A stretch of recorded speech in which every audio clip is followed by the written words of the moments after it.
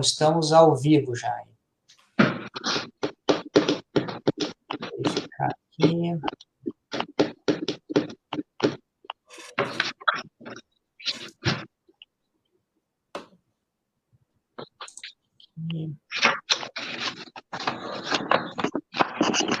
Bom, acho que vamos dar início aí. O doutor Conrado aí tem compromisso aí. Então, as pessoas que entram. As pessoas vão entrando aí. Aqui tem para ver?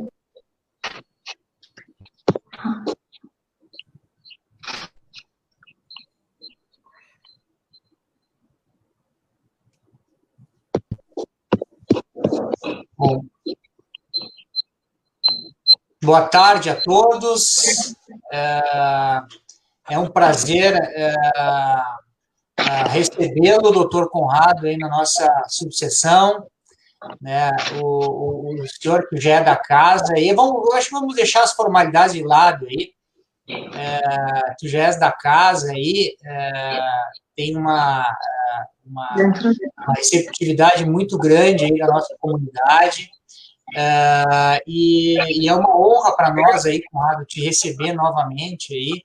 A gente sabe da tua agenda, né, dos teus compromissos, da tua agenda que é muito concorrida, e para nós é um privilégio aí contarmos contigo aí para tratar de direito de família, que é a tua especialidade, né? Tu és uma referência no Brasil aí em direito de família, né, pós-doutor em Direito, presidente do Instituto Brasileiro de Direito de Família, presidente da Comissão Especial de Direito de Família e Sucessões aqui do Rio Grande do Sul. Se nós formos comentar o teu currículo aqui, eu acho que vamos tomar metade da live aqui, né? E queria também agradecer aí a participação da Silvia, né, Mandelli Trevisan, nossa secretária da diretoria, que é especialista também na área, né, de direito de família, bastante atuante, e para tratar de um tema aí que envolve a vida de muitas pessoas, né, nós chegamos à conclusão de que o direito de família ele sofreu uma transformação muito grande, né, Conrado, com essa pandemia.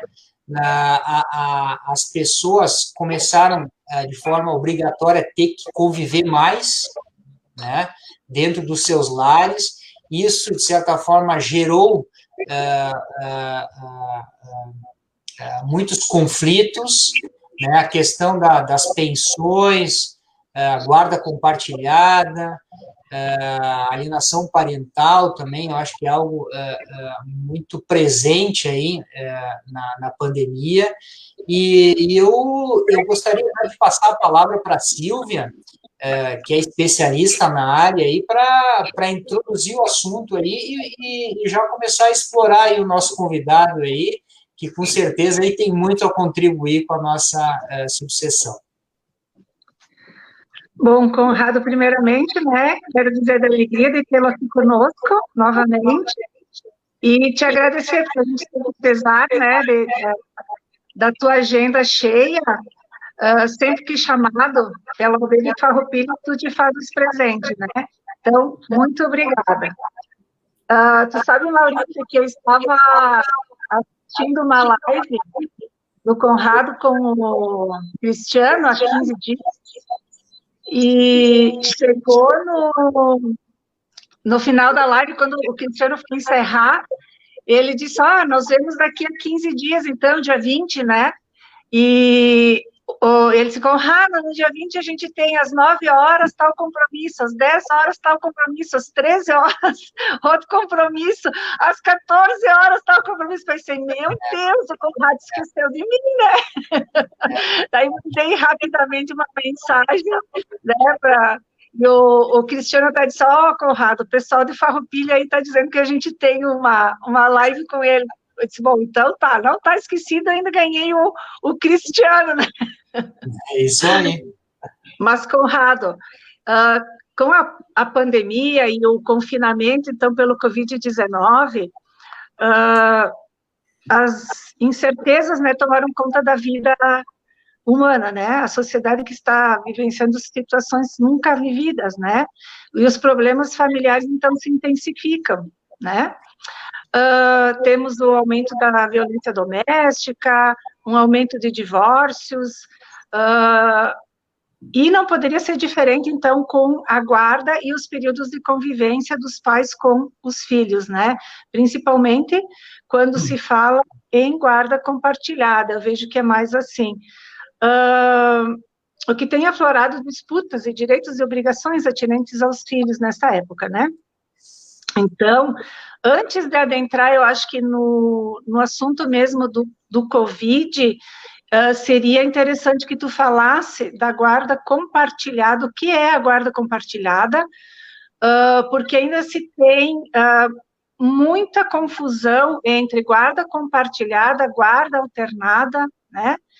E eu mesmo recebo no escritório várias pessoas os alimentantes, né, os pais, os genitores, que vêm querendo mudar a guarda unilateral para compartilhada, pensando que mudando a guarda compartilhada para guarda compartilhada não vão pagar alimentos, né? Então, eu gostaria que tu começasse antes fazendo uma explanação sobre o que é a guarda compartilhada, né? Para depois seguir nos problemas que estamos enfrentando com o Covid-19. Perfeito. Então, Silvia, eu quero te agradecer pela oportunidade e ao nosso presidente Maurício também, de mais uma vez poder estar em Farroupilha. Infelizmente, dessa vez, não presencialmente, né, que daí eu vou perder a melhor parte, que é a janta, mas daí a gente fica com a dívida. Né, mas não vai faltar oportunidade. Então, eu posso falar com vocês, né, e também para todos os colegas que nos assistem ao vivo, nessa noite fria, mas com certeza a tecnologia possibilita que nesses tempos bicudos que a gente passa, a gente tenha alguns ganhos positivos, né? A gente sempre, de todo momento de crise, a gente tem que verificar que também é um momento de crescimento. E se a gente for observar, o coronavírus, ele é o trauma da nossa geração. Que, para as gerações que nos antecederam, foi o período da guerra. E também, eu não sei se talvez tu vai ter que bloquear o teu microfone, talvez, antes, quando eu estou falando, porque tá dando microfonia, acho que o pessoal. Daí, isso. Então, porque para as gerações que nos antecederam, a gente teve a questão do período das guerras, e que, por maior tristeza que o período das guerras também puderam apresentar, nós tivemos toda a questão dos direitos humanos no período pós-guerra. A gente ainda não sabe quais são os ganhos que nós vamos ter desse nosso trauma do Covid-19, mas é certo que ele já nos traz um convite à reflexão. Um dos ganhos que a gente tem é que, por exemplo, talvez muitos dos colegas que nos assistem hoje não tinham muita familiaridade com algumas metodologias de acesso a redes sociais, ou até mesmo tinha um pouco de preconceito em participar de qualquer evento virtual.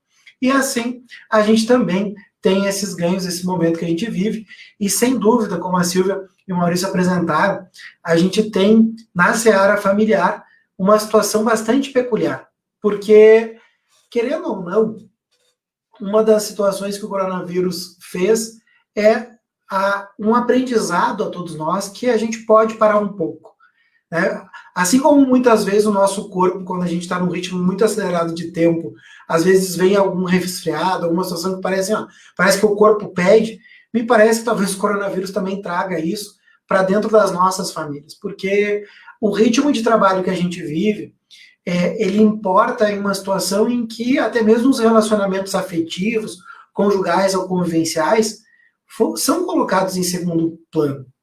E agora, na situação da pandemia, todo mundo se viu obrigado a uma convivência ao extremo, e não só isso, para um novo exercício da parentalidade.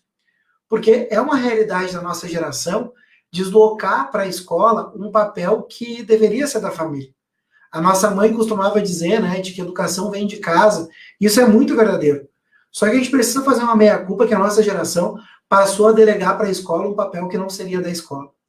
E, com isso, desde o momento do confinamento, a gente precisa parar para pensar nesses institutos que, como vocês dois bem apontaram, Silvio e Maurício, a gente tem uma incompreensão. E um dos maiores pontos é realmente quanto à guarda compartilhada. Porque quando a gente fala em guarda compartilhada no Brasil, parece que a gente está falando de guarda alternada, e sendo que não existe guarda alternada no país. A guarda compartilhada, ela apenas representa um sistema de cogestão parental, onde ambos os genitores eles serão os responsáveis pelas decisões estruturais da vida dos filhos. Ou seja, a guarda compartilhada vai importar na fixação de uma base de residência, que pode ser paterna ou materna, e também não importará no afastamento do dever alimentar. E sobre isso, os colegas que nos assistem podem procurar os enunciados 603, 605 e 607 das Jornadas de Direito Civil. E tanto o enunciado 603 quanto o 605 e o 607 nos trazem aí com clareza solar essa interpretação de que a guarda compartilhada ela não impede um regime de convivência e também não afasta a situação da obrigação alimentar, sendo que aquele genitor ou genitora que não detém a base de residência dos filhos vai sim pagar pensão alimentícia.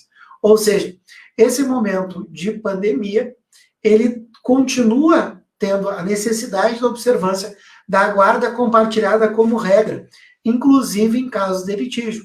Que uma das grandes novidades que nós temos, que não é tão novidade, pelo menos desde 2014, quando o Código Civil foi alterado pela Lei 13.058, é da possibilidade que o juiz possa impor o compartilhamento mesmo em situações de litígio. Eu sei que muitas vezes não soa muito simpático quando alguém me escuta dizendo, mas, Conrado, se eles não se acertam, como o juiz e o promotor vão impor a guarda compartilhada? Pois bem, aí entra em cena uma rede que é essencial para o direito de família, que é a psicologia e o serviço social. Nós não conseguimos fazer uma intervenção de qualidade na seara familiar sem um trabalho interdisciplinar. Ou seja, pode ser que a mediação seja uma ferramenta para que tudo isso aconteça, talvez a constelação, mas até mesmo eu vejo como possível a imposição de tratamento terapêutico de forma compulsória a ambos os genitores. Isso porque, meus colegas, a gente tem que ter como norte uma visão não mais adultocentrista dos conflitos familiares. Quem está em jogo é a proteção, o que está em jogo é a proteção integral dessa criança e desse adolescente. Que, apesar da guarda compartilhada apresentar um maior desconforto para os adultos, para esse filho, é muito melhor que ambos os genitores possam participar ativamente da sua vida. E também, puxando para a questão da pandemia e para uma questão de gênero, poucas pessoas se deram conta que o que a guarda compartilhada veio fazer é uma quebra na questão de gênero no país. Porque uma reclamação recorrente no meu escritório, e os colegas que também atuam na área vão concordar comigo, é que as minhas clientes mulheres sempre verbalizam que elas se sentem sobrecarregadas, que é tudo com elas, que o pai é apenas um pai de Facebook.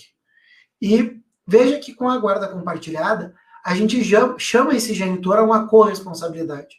Ou seja, o compartilhamento tem também uma função de uma quebra da divisão sexual de tarefas. Porque trazendo dados da pandemia, nós temos um número muito preocupante que as mulheres com vida acadêmica reduziram pela metade a submissão de artigos científicos desde março. E, por outro lado, os homens dobraram o número de produção acadêmica. Ou seja, nós continuamos, em 2020, com a divisão sexual de tarefas. Se as nossas mães e avós eram rainhas do lar apenas, até porque a gente não pode esquecer que até 62 no Brasil, a mulher era uma relativamente incapaz, hoje as mulheres advogadas, engenheiras, promotoras de justiça têm que se virar com as atividades profissionais e com as atividades de cuidado. E a gente tem que quebrar esse paradigma que cuidado é uma questão de gênero. Não. Embora, se a gente for observar, todas as questões que voltam ao cuidado são designadas com o gênero feminino. Secretária, enfermeira, professora. Então a gente precisa começar a repensar, sim, o compartilhamento como um espaço de gênero, como uma necessidade de que nós tenhamos ambos os genitores participando ativamente da vida dos seus filhos, Silvio e Maurício. Tá? Conrado, nessa disputa que se tem entre pais, né, principalmente agora com o Covid, né, com essa pandemia toda, entramos ali no problema da alienação parental, que deve estar ocorrendo muito, né? A gente vê que o número de ações já começaram a aumentar, né? Justamente pelo fato de que não conseguem se entenderem e compartilharem as regras, afinal, de uma guarda compartilhada, não conseguem dividir, não é? Tudo começa, Silvia, por uma questão do direito de convivência familiar. Porque tão logo começou o confinamento, veio a dúvida. Como vai funcionar a convivência com os filhos no momento de pandemia? Eu, inclusive, em março, logo quando começaram a surgir os questionamentos dos meus clientes no escritório, de como ia funcionar, eu fiz um pequeno artigo que está no site do BDFan, que eu até fiz a brincadeira, que não adiantava um cliente nosso procurar na sua ata de audiência de divórcio, acumulada com guarda e convivência, tentar achar como é que ficaria a situação, porque nenhum juiz ou promotor deixaria homologar uma cláusula do tipo, em caso de pandemia, a convivência será realizada de tal forma, porque tudo que a nossa geração não imaginava é que iríamos passar por uma situação dessa. Então, a gente passou a aplicar por analogia o mesmo período de convivência do período das férias de verão, que é aquele período onde a criança tem maior tempo livre e que a gente costuma revezar entre os núcleos familiares em períodos de 10 a 15 dias com cada um dos genitores. E eu passei a dar orientação para os meus clientes nessa natureza, e muitos juízes, inclusive, acataram essa minha sugestão desse artigo, porque o momento do confinamento, ele está de um momento de suspensão de atividades escolares presenciais, onde não é justo que apenas um dos pais fique com o encargo da escolarização dos filhos.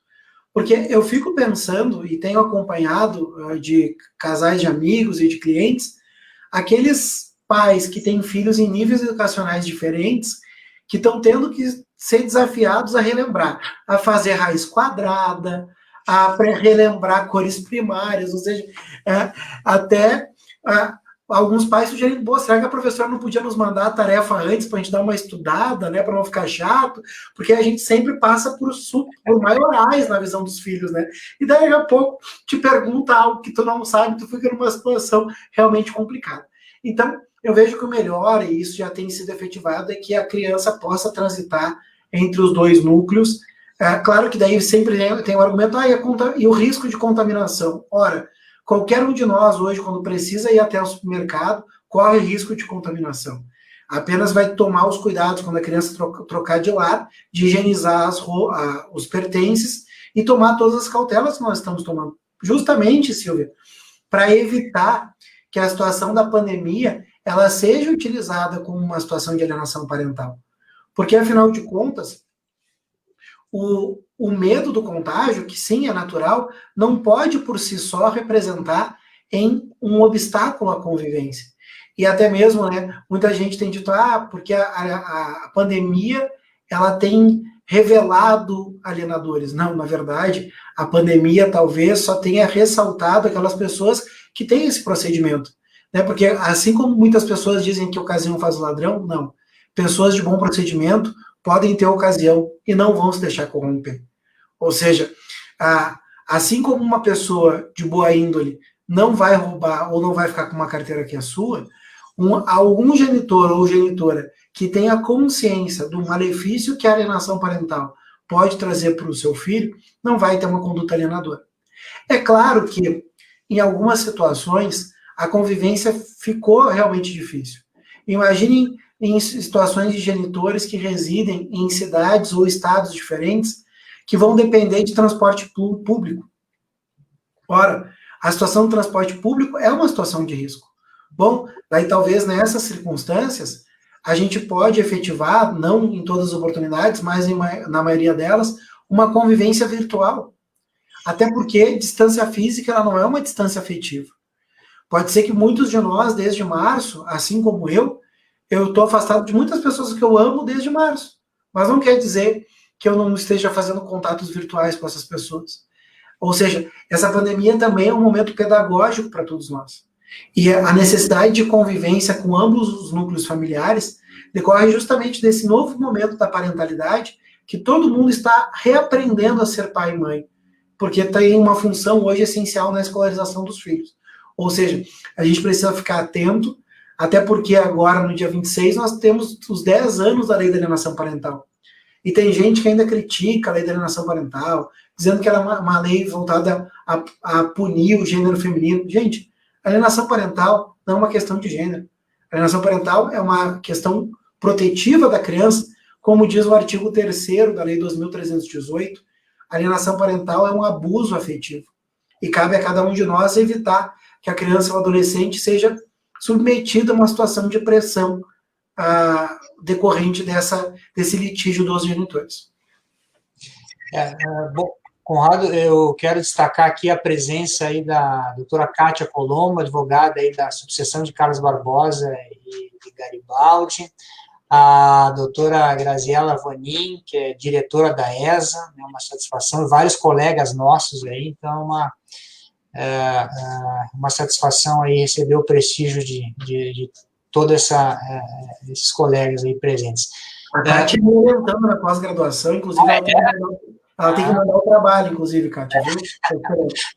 Momento de cobrança agora, então. Me diz uma coisa, Conrado,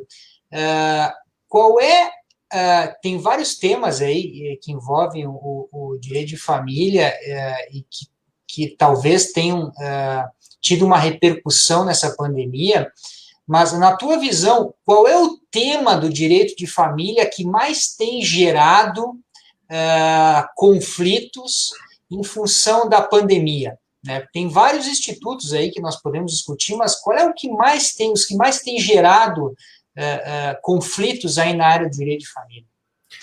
Sem dúvida, Maurício, é a questão do direito alimentar. E isso começou logo em março, porque o Conselho Nacional de Justiça editou uma recomendação aos magistrados de que a prisão pudesse ser cumprida em regime domiciliar.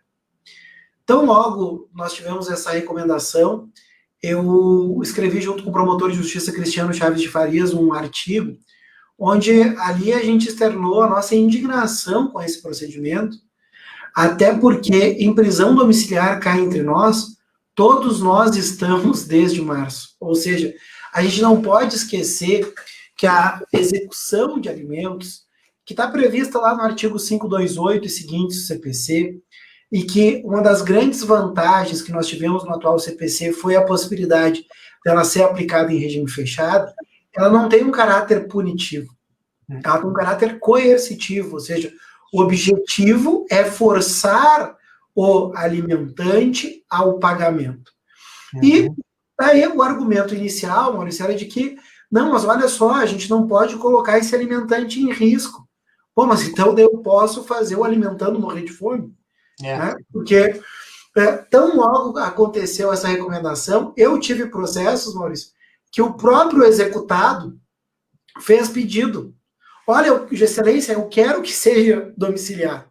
Né? Porque, justamente, imagina, ele cumpre domiciliar, não tem medo nenhum, ele não pode ser preso pelo mesmo período, ele não ia pagar a dívida. Né? O que eu fiz em todos os meus processos? Eu pedi a suspensão da execução. Claro, da execução pelo rito da coerção pessoal. A do rito da coerção patrimonial prossegue. Mas eu pedi a suspensão justamente para que não fosse um benefício ao devedor. E infelizmente, e logo quando o regime jurídico diferenciado do coronavírus, que virou a Lei 1410, estava em tramitação, eu fiz um corpo a corpo, mandei e-mail para todos os senadores do Rio Grande do Sul, que quando estava no Senado, nenhum deles me respondeu, inclusive. Tentei contato com deputados federais, na condição não só de advogado, mas na condição de presidente da Comissão Especial de Família e Sucessões, ninguém me respondeu.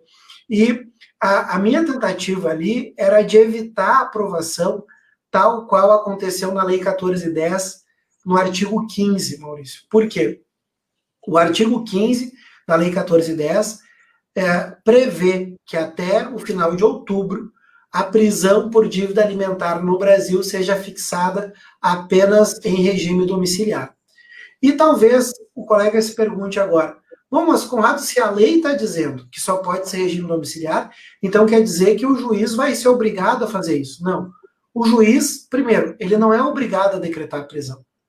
Uhum. E segundo, nós como advogados nesse momento, nós não seríamos insanos de pedir o decreto prisional nesse momento, ou seja, o melhor, o mais recomendável é que a gente possa suspender a execução pelo rito da coerção pessoal e prosseguir apenas quando nós encerrarmos o momento de confinamento. A prisão do rito da coerção patrimonial segue com algumas dificuldades, que, por exemplo, hoje é muito comum a gente usar as medidas atípicas na execução, que tem previsão lá no artigo 139, inciso 4º do CPC. Por exemplo, suspensão do direito de dirigir, apreensão de passaporte. Tudo isso como um objetivo de forçar ao pagamento. Hoje, não vai ter eficácia nenhuma esse tipo de medida.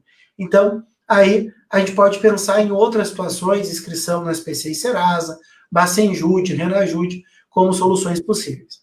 Outra temática ainda pertinente a isso, Maurício, Silvia e colegas, é a questão das revisionais. Porque a gente sabe que, infelizmente, todo momento como esse acaba gerando uma oportunidade para um procedimento de má-fé. Tem pessoas que não tiveram nenhuma queda da sua capacidade financeira e estão entrando com execuções de alimentos. Desculpa, com ação revisional de alimentos. Porque vamos pensar o seguinte, aquele comerciante que ainda está com o seu negócio fechado, e aqui em Porto Alegre a gente ainda está com bandeira vermelha, agora começou a flexibilização, mas essa pessoa certamente teve uma queda nesses últimos meses na sua renda. Agora, isso não quer dizer que essa queda que aconteceu é uma queda permanente. E aí fica a dica. Cada vez mais de nós advogados se exige um espírito colaborativo.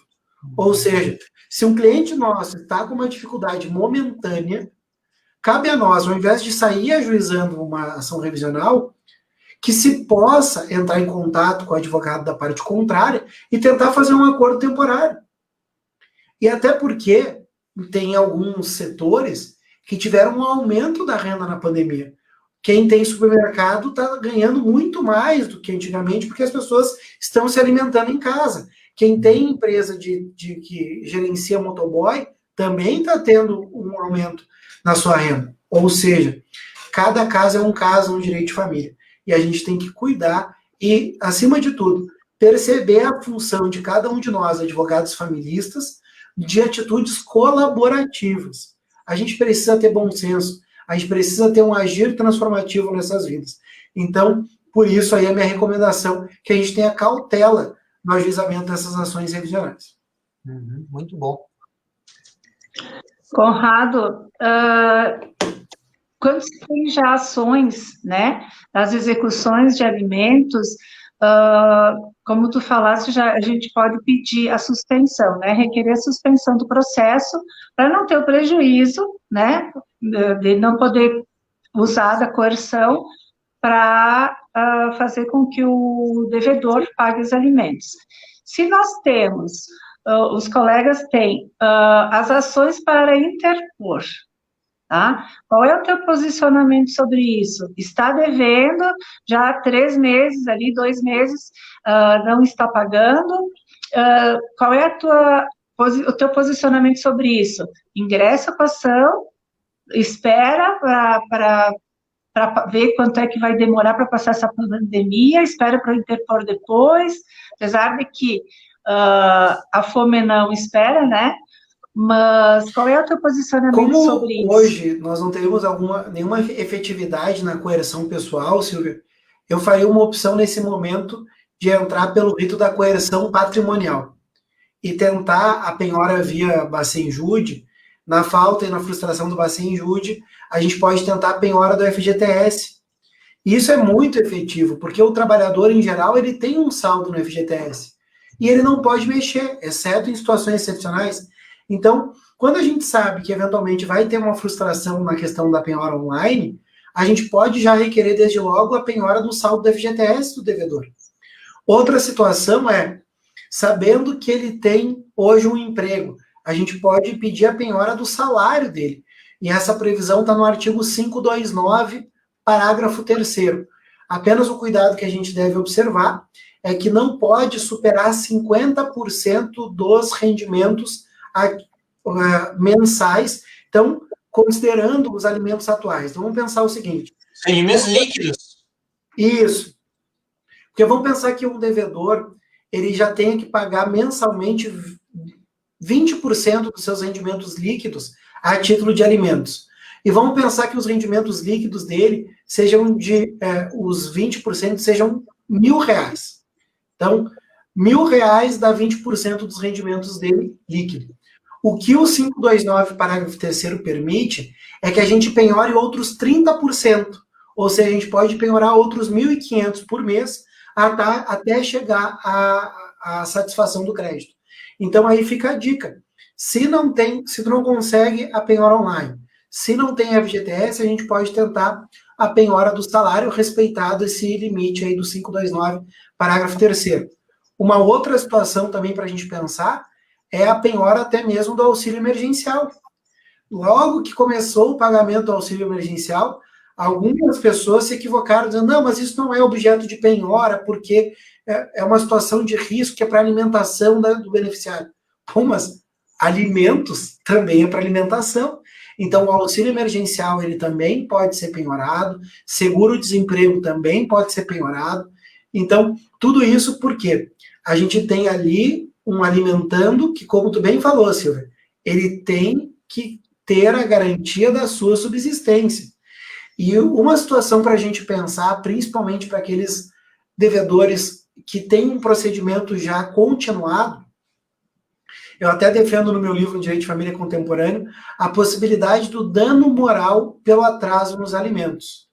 E essa defesa do dano moral pelo atraso dos alimentos, eu puxo um pouco lá do direito do trabalho, porque no direito do trabalho, quando o empregador ele atrasa o salário ou não paga, nós temos um reconhecimento de um dano. E é claro que é um dano in re ipsa.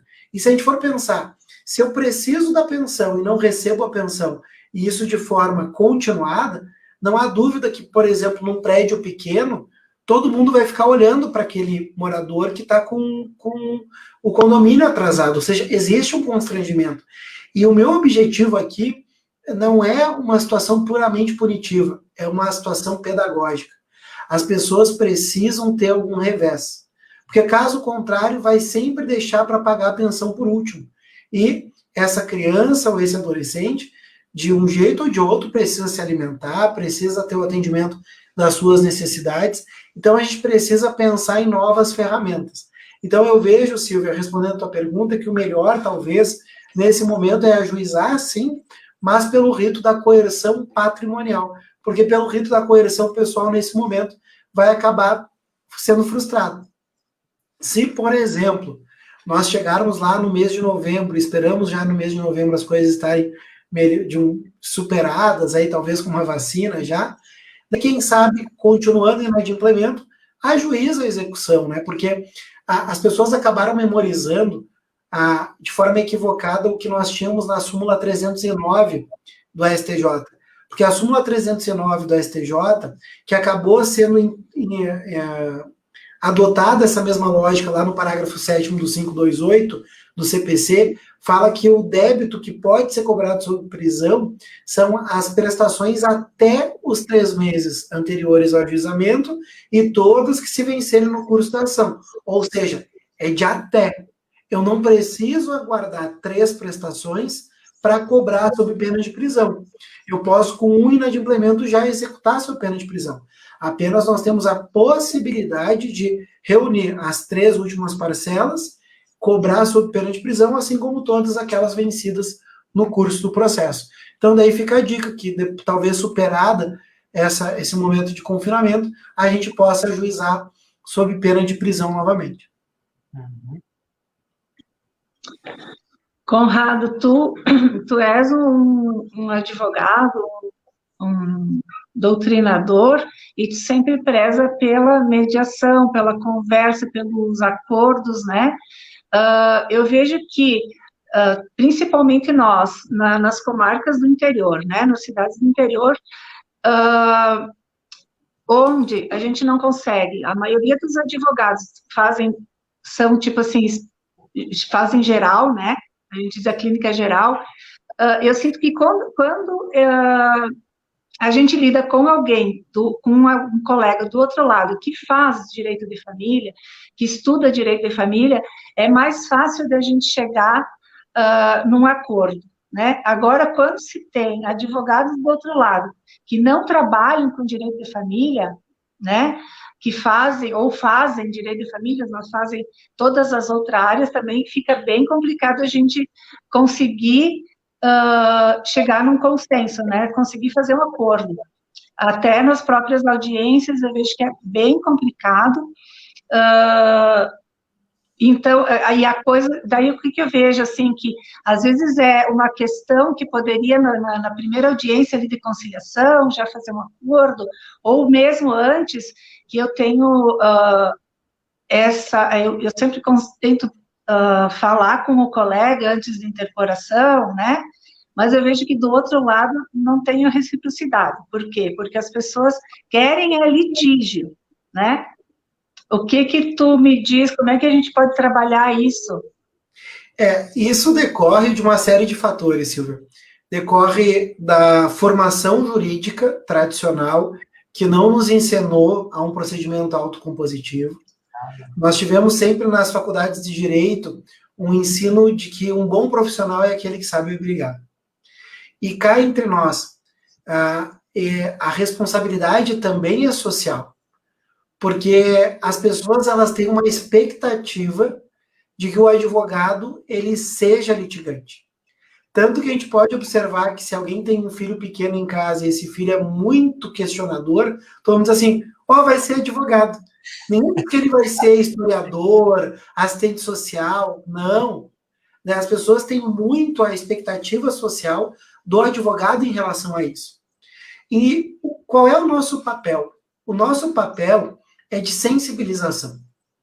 Porque, afinal de contas, quando a gente está lidando com algum assunto que tem a tramitação na vara de família, nós estamos lidando com pessoas em estado de fragilidade emocional. E que muitas vezes a pessoa, naquele primeiro momento, por causa desse turbilhão e dessa verdadeira montanha-russa de emoções que a gente tem numa ruptura relacional, a pessoa não está preparada para nenhum outro instrumento que não seja o litígio. Porque todo mundo aqui já escutou a frase, né? Eu não quero vê-lo nem pintado de ouro na minha frente. Ou seja, por melhor que seja o espírito colaborativo do colega que assumiu a causa, ele vai ter uma resistência do seu próprio cliente em aceitar este modelo. E também porque as pessoas foram educadas para ter medo do Poder Judiciário. Ninguém foi educado para ver o juiz de direito, o promotor como parceiros. E se a gente for pensar, a própria estrutura da disposição das cadeiras na sala de audiências, ela estimula isso. Porque quando a gente chega lá, o juiz e o promotor eles estão um andar acima das partes, isso tem uma comunicação não verbal bastante significativa. Tanto que quando as pessoas querem assustar umas às outras, o que elas falam? Eu vou te processar. Porque no momento quando eu jogo para o Poder Judiciário, eu me desresponsabilizo. Eu digo que é o juiz que vai decidir.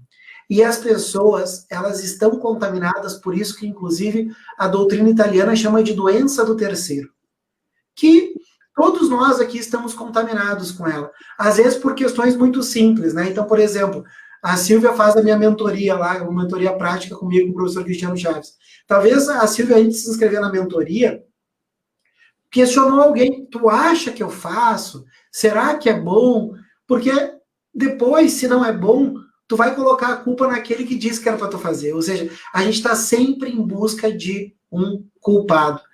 Assim como o próprio momento do coronavírus, a sociedade como um todo, ao invés de somar esforços, busca culpados. E, gente, o que nós precisamos é ter uma transformação social de tomada de responsabilidades.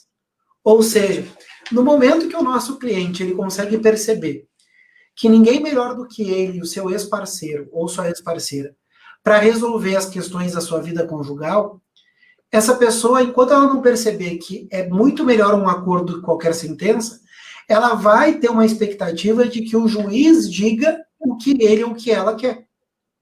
Então, deslocar a responsabilidade para o juiz é essa esperança que, normalmente, a verbalização é eu quero justiça. Não. Na verdade, essa pessoa ela não quer assumir responsabilidade. Porque se a sua pretensão não for acolhida, ela vai recorrer a todas as instâncias possíveis. E daí ela vai criar teses conspiratórias. A culpa é do juiz, a culpa é do promotor, é do desembargador, é do ministro e é também do advogado. Ou seja, porque a visão que a sociedade tem normalmente, Silvia, é que quando eles não conseguem os seus objetivos, a culpa é do advogado. Agora, quando a gente ganha a causa, os méritos são dele, né? Porque nós só fizemos a nossa obrigação. Então, o que as pessoas precisam ter uma tomada de responsabilidade de que o judiciário não faz milagre. As pessoas muitas vezes têm uma expectativa de que a sentença transforme vidas. Gente, sentença não vem com pó de pirim-pim-pim, com poção mágica que mude a realidade das pessoas. Agora, o que pode mudar é, sim, um espaço terapêutico. E aí, a gente precisa conscientizar a nossa classe, conscientizar os atores do judiciário, do Ministério Público, de que o processo ele precisa ser humanizado. Ou seja, as pessoas que buscam o judiciário como uma forma de permanência de vínculo, e é isso que muitas vezes as pessoas querem, porque aquele que diz que quer tirar tudo do outro, é porque, na verdade, está tentando compensar a sua frustração afetiva. E eu, pelo menos, não acredito naquelas histórias que normalmente os clientes querem pintar a parte adversa como um vilão. Gente, relação afetiva não é filme para ter mocinho e bandido. Todos são protagonistas de uma história e todos são corresponsáveis. O professor Luiz Alberto Barari tinha uma frase de que o papel de vítima é sempre narcisista. Isso é muito verdadeiro. Porque todo aquele que se diz vitimado, muitas vezes, é porque ele quer todas as luzes. Ele quer que todo mundo se solidarize para atingir o seu objetivo. E eu vejo que cada um de nós tem uma responsabilidade sobre as famílias que atende. Eu, desde o primeiro atendimento no meu escritório, e eu que só advogo em família e sucessões e sou muito feliz com o que faço, eu sempre digo para o cliente na primeira consulta, de que é ele ou ela que está me pagando, mas o meu cliente é o filho. Porque eu preciso proteger esse filho, muitas vezes os próprios pais. Infelizmente, quando presto consultoria para advogados do interior ou de outros estados, ou vou emitir parecer num caso, eu vejo que o grande protagonista da demora foram os colegas advogados. Por quê? Porque, às vezes, enxergam no processo um espelho. Aquele que teve um pai que lhe abandonou, procura vingar a falta do seu pai. Aquela que teve uma frustração afetiva, tenta compensar essa frustração afetiva no processo. Gente, para mim, tem aquela música do Jorge Benjor, que canja de galinha não faz mal a ninguém, né? Eu uso essa música para dizer que terapia também não faz mal a ninguém. A gente precisa ter consciência que nós somos a parte técnica no processo. A emoção fica com os clientes. E no momento que a gente consegue perceber que a nossa intervenção, sendo técnica, pontual e não litigante, ela tem mais ganhos para o cliente e até para o nosso bem-estar, aí a gente está no caminho certo. Mas nós somos uma geração de transição, ou seja, cada um de nós, e oportunidades como essa, que a Almeida Valpira está oportunizando nessa noite, é justamente para a gente construir a advocacia e o judiciário de amanhã. Né? Ainda dentro do mês da advocacia, é bem importante que aqueles colegas que nos assistem, ou aqueles acadêmicos que também nos assistem, tenham essa tomada de consciência, de que o advogado, ele é o primeiro juiz da causa. E o nosso procedimento é que vai determinar o sucesso ou insucesso da continuidade, porque o vínculo conjugal ou convivencial, ele acaba, mas o vínculo parental é para sempre. E por isso que cada um de nós aí tem um papel transformativo na vida das pessoas, de um processo mais humano que possa transformar a vida das pessoas, né? Então, deixo inclusive o convite para os colegas que ainda não me conhecem, no Instagram, @Conrado_Paulino, lá tem materiais, lá tem o link dos livros, tem lá a mentoria voltada para a prática em família e sucessões, que a Silvia faz, é uma das nossas mentorandas. Então, fico à disposição de todos vocês e agradeço já de antemão, Maurício e Silvia, pela oportunidade de estar com os colegas.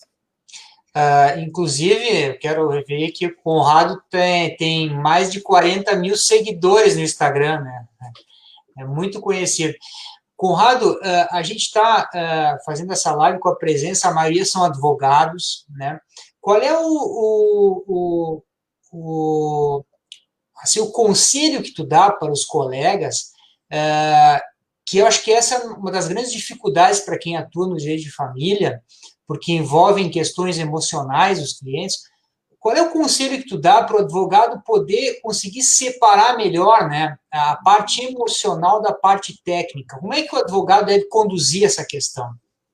Acho que o primeiro plano é não assumir causas onde a gente já conheça e tem uma relação com a pessoa, ou até mesmo advogar para parente. A gente não advoga para parente também porque ele não te paga e fala mal de ti, né? Então, assim, não é um motivo.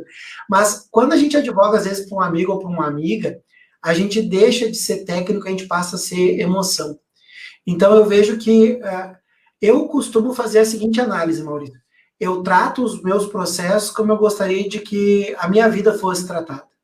E aí eu costumo, nas minhas petições, ser muito objetivo, não trazer os detalhes da vida relacional, não discutir os motivos da ruptura, porque o que o juiz precisa saber é qual era o regime de bens, quando começou, qual é a data da separação de fato e ponto.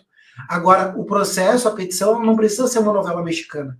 Então, esse é o cuidado que eu observo na redação e também, né, uma dica prática. Eu sempre procuro botar a petição para dormir, Maurício, porque às vezes tem um dia que tu dormiu com os pés tapados, tu tá com fome, né? E daí tu pega, olha aquela petição e tu olha aquele parágrafo e diz, nossa, mas eu tava com raiva no coração quando escrevi esse parágrafo, né? Então eu vou lá, deixo dormindo um dia para depois fazer o protocolo no dia seguinte. Porque tem clientes aí que dizem, eu quero que tu coloque isso na petição. E daí eu aviso e já pactuo isso desde o início, Maurício, e trago como exemplo a medicina, né? Se um médico ele analisa um exame, ele vai dar o diagnóstico que ele entende que é o correto e vai dar as prescrições que ele entende necessário.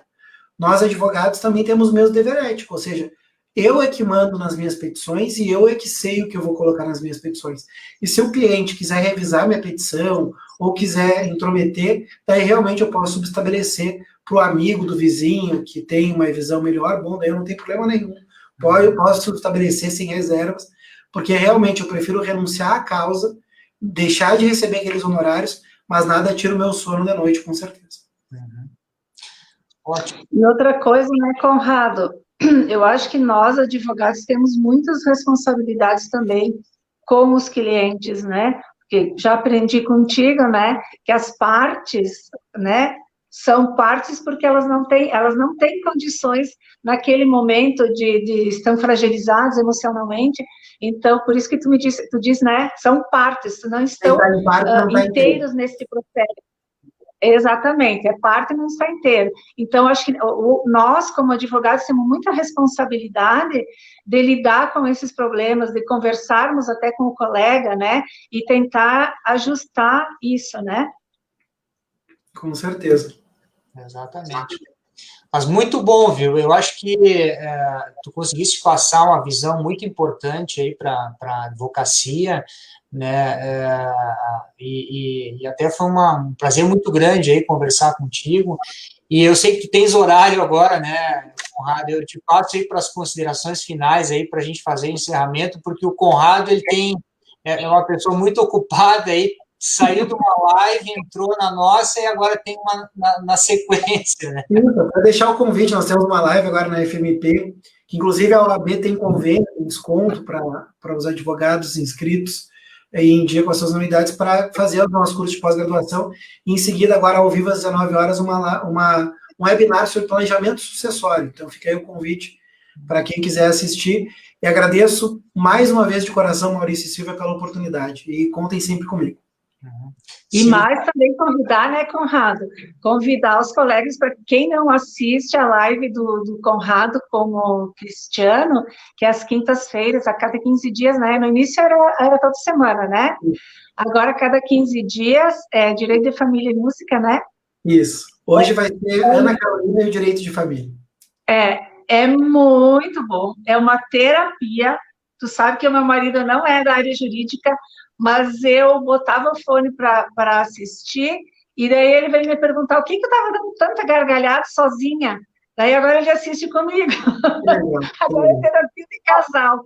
Porque Até divulgar onde é que é feita essa live, Conrado? É no meu Instagram, é Conrado Paulino. A cada 15 dias, às 21 horas. Hoje a gente aprende direito de família se divertindo. É muito bom.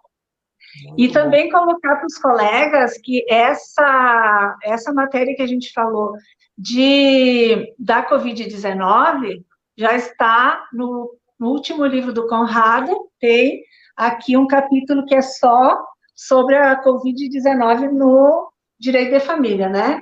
E outro, né, Conrado, outro capítulo que também tu acrescentaste, né, no teu livro, os aspectos processuais do direito de família. Não sei se dá para ver. Isso. É um livro que está na 7ª edição, e essa nova edição está 150 páginas maior. Assim como todo mundo deu uma engordadinha na quarentena, o livro também deu. O livro também. Mas vale a pena. Quem não adquiriu ainda, vale a pena. O meu está sempre aqui do meu lado.